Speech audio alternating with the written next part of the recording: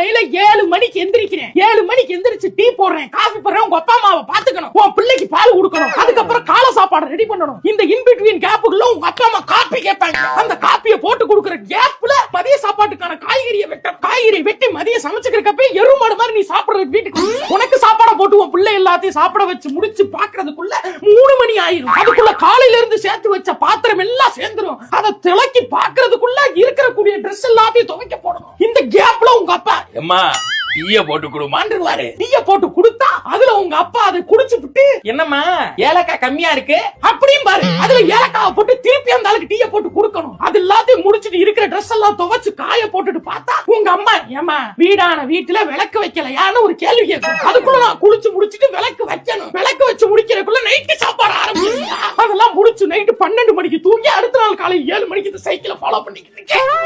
என்கிட்ட வந்து நீ கேள்வி கேட்கிறியா? நீ நான் சும்மா இருக்கணும் சொல்லுங்க, நாங்க சும்மா இருக்கமா? பெண்கள் ஒற்றுமை ஓங்குக. பெண்கள் Download ShareChat.